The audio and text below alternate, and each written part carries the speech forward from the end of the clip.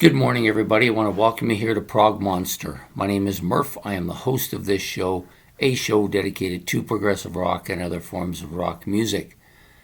So we're here on day 16 of my 31 favorite rock albums that were released in December. These can go back to 1963 and as far up as 2024, and at least that's the range that I discovered when I was putting these albums on. So this album is number 16 on the list as we go down to number 1. And this album is Bark at the Moon from Ozzy Osbourne. His third studio album. Actually, I think it was his fourth album in total, and maybe if you counted the EP, it's probably his fifth album. But for discography purposes of original material, this is his third. This is a solid album. And maybe the only one that he did after the Randy Rhoads era that I really followed much. This one was actually reissued as produced and reissued by Bruce Dickinson of Iron Maiden, and mastered in sterling sound by Chris Athens. So this came out after the death of Randy Rhoads, and Jakey Lee was brought in at an attempt to pulling himself together and writing some stuff.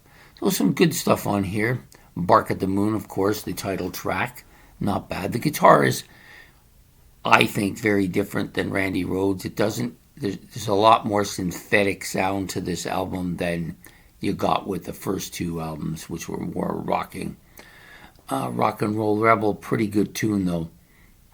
Now You See It, Now You Don't, another good tune here. The Center of Eternity, Waiting for Darkness. Yeah, there's some good stuff on here. It's a solid album. I would never ever venture to say that this is an album that is ever going to knock people's socks off. Compared to the first two, it's not that great, but if you think about it on its own, it's a solid album and gets to come here at number 16. Jakey Lee's guitar playing is not bad here. He himself is no Randy Rhoads, but a solid guitarist. It's kind of, for Ozzy in some ways, it was kind of fortunate for him to have found a guitar player that was actually not too far off of the sound and fit in with the band. I mean, Ozzy had some emotional issues because of Randy's death, but the album is still not a bad album, a solid album. I've owned it. I think this might be the first one I've owned in CD. The others I never really owned outright until last year or so. So anyways, good album.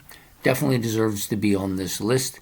Coming here at number 16 on my 31 favorite rock albums that were released in December. If you like this episode, please hit the like and subscribe. Again, don't forget the notification bell. If you want to make any comments about Bark at the Moon or Ozzy or the cover, this one's actually a pretty solid cover. One of the better covers, I think. Anyways, I hope to see you all for the rest of the series throughout the week. So take care and have yourself a good day, and goodbye.